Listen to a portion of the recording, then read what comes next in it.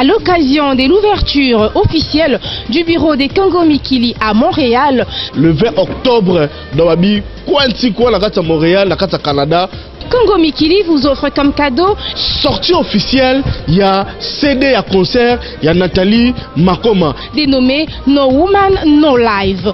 Autre cadeau surprise, la sortie officielle du dessin animé KM le tennis sortie officielle nango eza le même jour wana et bongo to ebisabino nini bandeko na ngai boyoka ezoteka makaka na moins cher.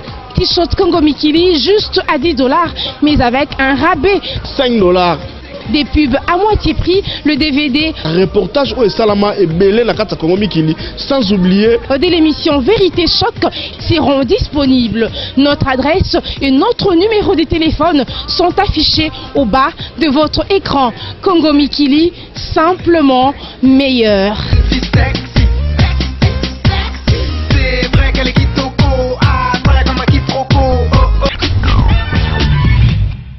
Président français, tout juste après son entretien avec Étienne Tshisekedi, s'est entretenu avec la presse tant nationale qu'internationale à la cité de l'Union africaine à Kinshasa. Suivez le condensé de cet entretien dans cet élément que Congo Mikili vous propose. Priorité pour le développement, mais ce que la France porte comme message, comme principe, comme valeur. Et je le dis avec une grande confiance pour l'avenir de l'Afrique.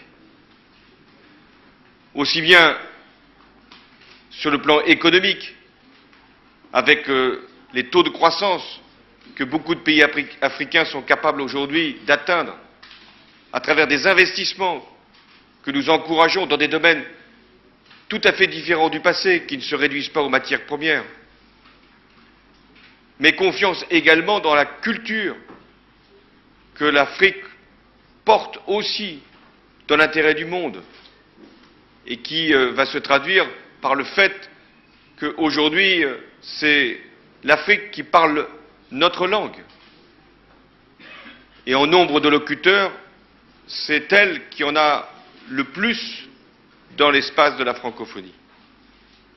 J'ai donc dit ici à Kinshasa ce qui me paraissait progresser.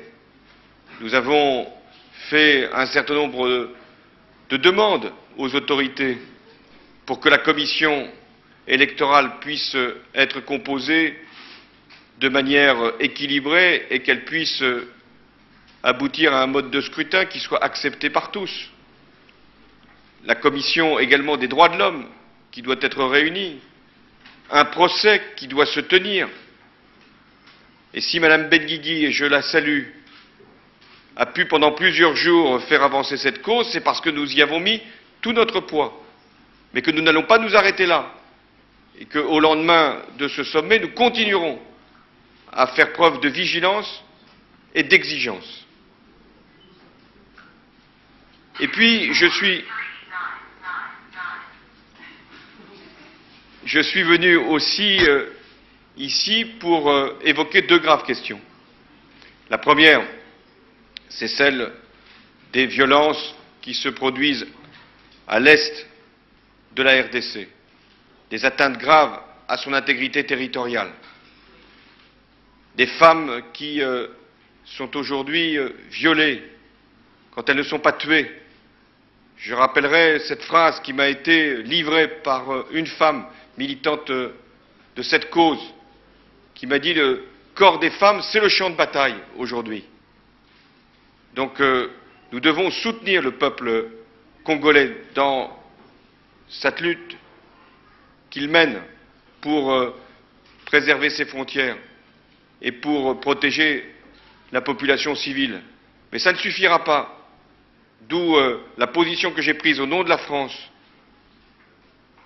de renforcer la mission de l'ONU et surtout de la remobiliser. 17 000 personnes sont aujourd'hui sur place. Leur mission doit être précisée, élargie si nécessaire, pour que les populations civiles soient sécurisées.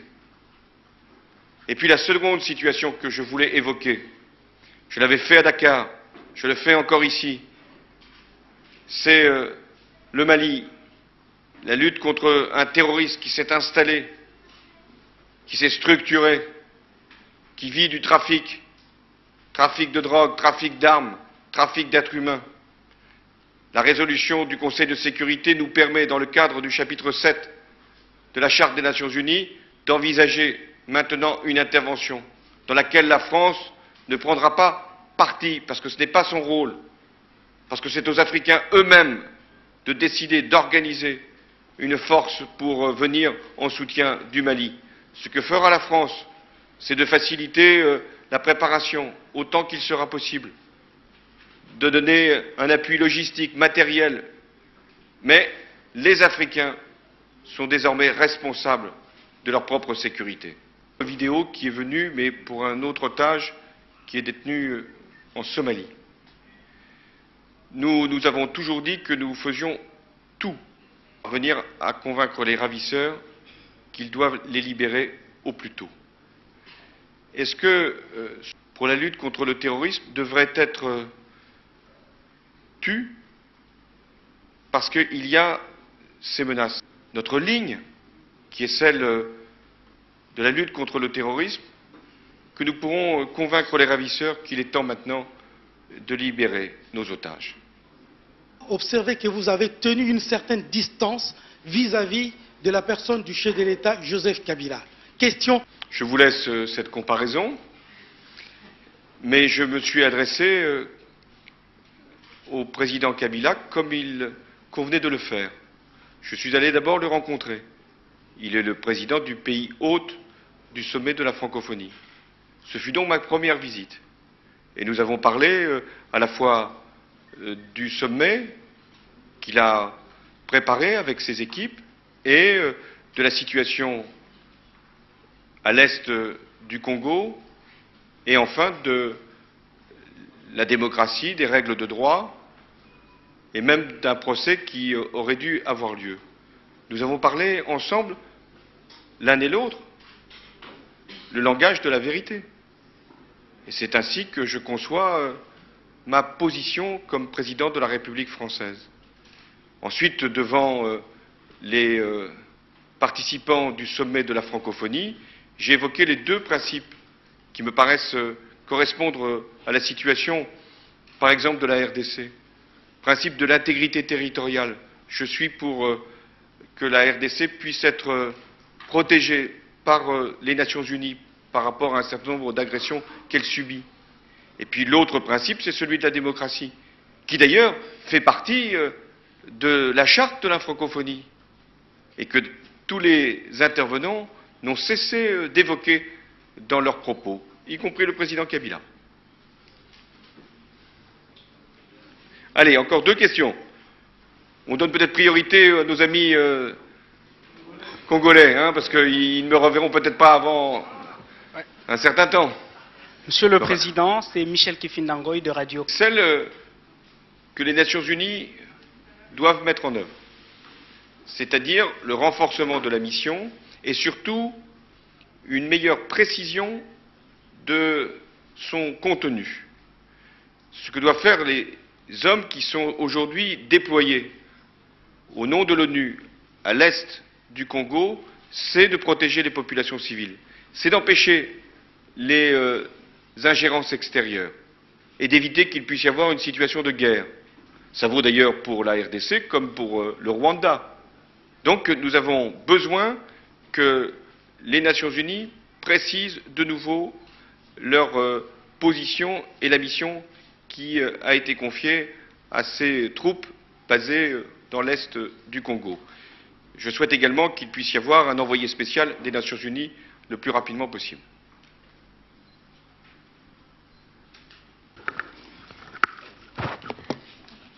Merci beaucoup Rachel Kizita pour les comptes de Numérica Télévision. Monsieur le Président, vous avez dit tout à l'heure que vous rencontrerez, vous allez vous entretenir qui a prêté donc serment, c'est lui le Président de la République, avec Tshisekedi. Qu'est-ce que vous allez lui dire exactement?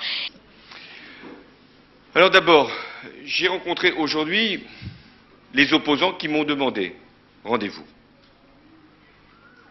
Ce matin, un certain nombre d'entre eux sont venus ici, à cette résidence, Et cet après-midi, ce soir, M. Tshisekedi a également fait la même démarche. J'ai donc donné droit à ces rendez-vous. Et je leur dis à l'opposition ce que je dis à tous les autres.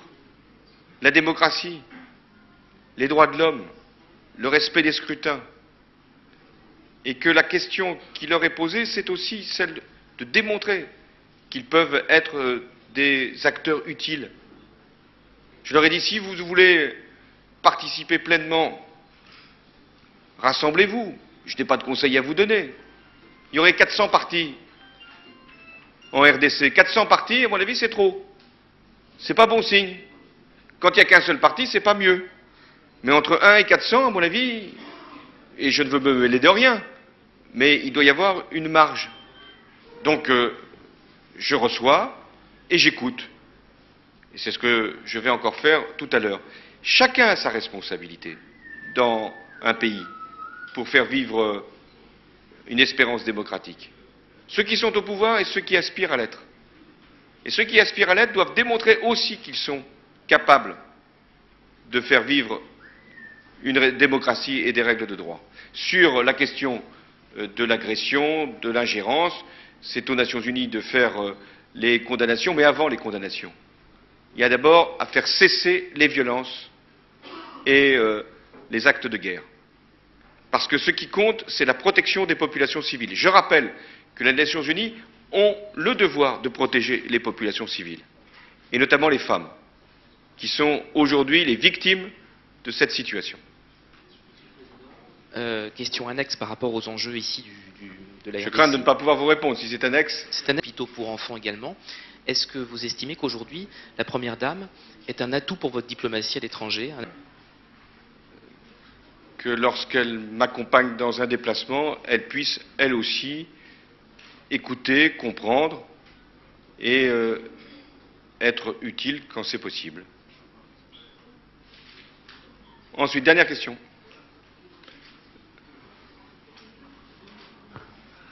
Merci, c'est Doudou Ndombe de Télé 7.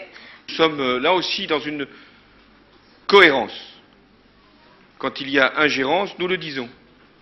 Et à l'est du Congo, il y a depuis plusieurs années une ingérence.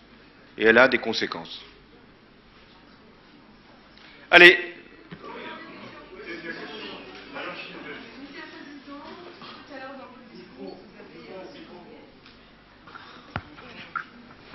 Tout à l'heure, dans votre discours, vous avez souligné que les jeunes de l'espace francophone sont appelés à être compétitifs, et ce à travers des formations. Est-ce que la France est-elle prête à... J'étais à Dakar et j'ai inauguré un centre de formation professionnelle. Notre aide pour un pays comme le Sénégal, mais ça vaut pour d'autres pays africains, est prioritairement dirigée vers les établissements scolaires. Et pour la RDC, nous sommes prêts à faire la même démarche et le même effort. Et puis j'entends aussi ce qui m'est dit sur la jeunesse étudiante, universitaire, la jeunesse qui veut participer à des événements culturels. J'ai rappelé encore aujourd'hui, c'était déjà le cas hier, que nous sommes prêts à faciliter, simplifier un certain nombre de voyages par une procédure de visa qui ne doit pas être un frein, mais qui doit s'inscrire dans une politique migratoire maîtrisée. Voilà, mesdames, messieurs, merci pour votre présence, vos questions, et c'est bien que toute la presse ait pu faire son devoir et son travail. J'espère que vous avez aimé cet élément. On se retrouve prochainement. Merci.